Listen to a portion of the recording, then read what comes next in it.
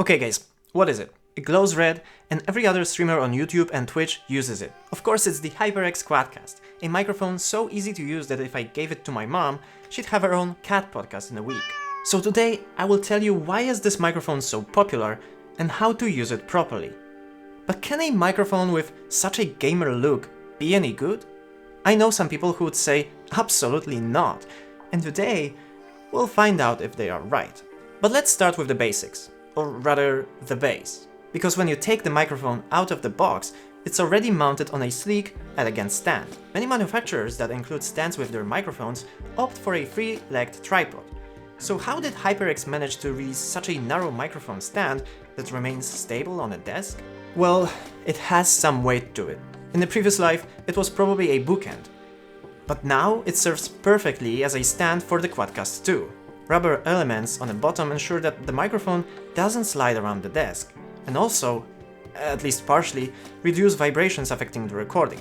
Speaking of which, the microphone is suspended on an elegant, all-black shock mount. This is a popular solution since it adds another layer of isolation between the microphone and all the keyboard clicks or table knocks. However, these aren't the only sounds that could interfere with your recording. When we pronounce plosive consonants, like P, B or K, we push out a large amount of air at high speed. When this fast-moving air hits the membrane inside the microphone, it creates very unpleasant distortions. Let me demonstrate. To prevent this, the world's greatest scientists gathered to find a solution. And that's how the pop filter was born. It's basically a ring with a stretched piece of old pantyhose. But it's not a perfect solution. These filters need to be attached to something. And even then, a single wrong move or a bump to the stand can make the filter fall off. So HyperX decided to do it differently. Behind that signature honeycomb mesh from the first gen QuadCast, they hid a foam layer. This acts as a built-in pop filter, protecting the capsules inside from unwanted air blasts. Now, let's get back to the microphone because you're probably dying to know how it sounds. To let you hear it, we need to set it up properly. Here's how to do it. Step 1. Plug the microphone into your computer. Waiting for step 2? Good news! There's no step 2. This is a plug-and-play microphone and it's ready to capture audio immediately. Just open any app you want to use and select HyperX QuadCast 2 as your default input device. That's it! You're ready to record. And, okay, I'm sorry. I think it's finally time to let you hear how this microphone sounds. Okay, now you're finally hearing me from the HyperX microphone. What are your first impressions? For those who enjoy reading product specs, the QuadCast 2 records in 24-bit format at 96 kHz. This is a commonly used format, accepted as a studio standard. Audiobooks, podcasts, and voiceovers for movies, shows, and games are recorded in this quality. Furthermore, a typical studio microphone has a frequency range from 20 Hz to 20 kHz, exactly like this one. But it's not the most important thing. Every microphone has its own unique sound character. In my opinion, this microphone's sound is very pleasant and natural. I'd describe it as warm, but it's not overly bass-heavy like some podcast microphones I know. Of course, the tone and the warmth of your voice also depend on the room you're in. If it's well dampened and echo-free, there is no problem. But if your room has bare, flat surfaces, they will reflect sound waves multiple times. And each time, these reflections will be picked up by this microphone's membrane and recorded as an echo. But thankfully, there are a few ways to avoid this. First, if you can, make a mess. I'm serious. Throw blankets on the floor. Stack pillows as high as possible. Do whatever it takes to make it harder for sound waves to travel in a straight line. The next solution is to get closer to the microphone. This way, you won't have to shout. Additionally, if your microphone has a preamp with gain control, you can quickly adjust its sensitivity and ensure no audio clipping. See, this is how it sounds when I speak to it from a distance, and I think it's much better when I get closer.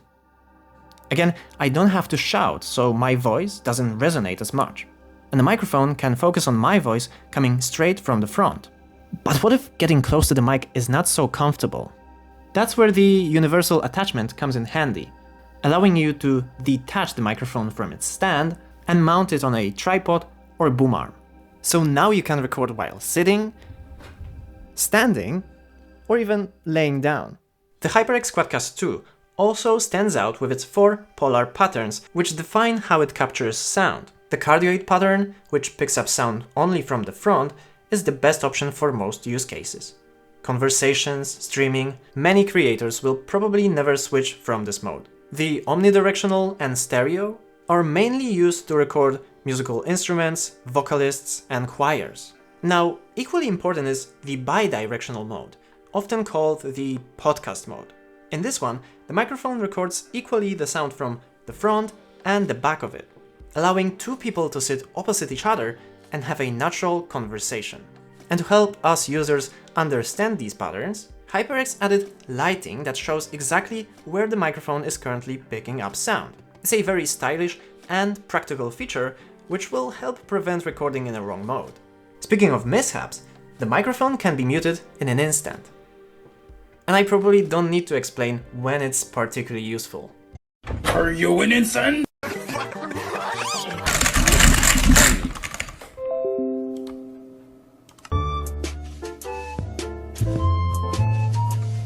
The mute function is controlled via a touch-sensitive panel on top of the microphone, and this is much more practical than you might think. Some other microphones have a mute... Oh no. Always something. Some other microphones have a mute button, a button that you have to press, and pressing it makes a loud click, which gets recorded every time you toggle mute. With a touch panel, you can do it more discreetly. See? No sound. And you've already noticed that when I mute the mic, the lights turn off. Thanks to this, you'll always know if you're being heard. And that smoothly brings us to the customizable, hypnotic red lights. For that, we have the free Ingenuity software for Windows, which controls HyperX products like mice, keyboards, and of course, the microphones. Among the available LED animations, you'll find wave, lightning, and a VU meter which reacts to your voice. Ingenuity also lets you control the microphone's volume and activate a high-pass filter to reduce noise. It's not a ton of features, but Mac users get even less of them because the software, as of now, is not yet available for macOS. And that's a shame, because the microphone is compatible with all computers, consoles like Xbox or PlayStation, and even smartphones, with an adapter to USB-C. So yeah, to sum it up, I really liked this microphone. I enjoyed using it, testing it. It looks great, and it sounds even better. I think that HyperX is successfully fighting with this belief that gaming microphones cannot be good. And this is a great example of that. So let me know if I convinced you, or maybe you have some better options on your mind. Anyway, I am Miles, you're now miles ahead. Thank you for watching, and I will see you in the next video. Bye.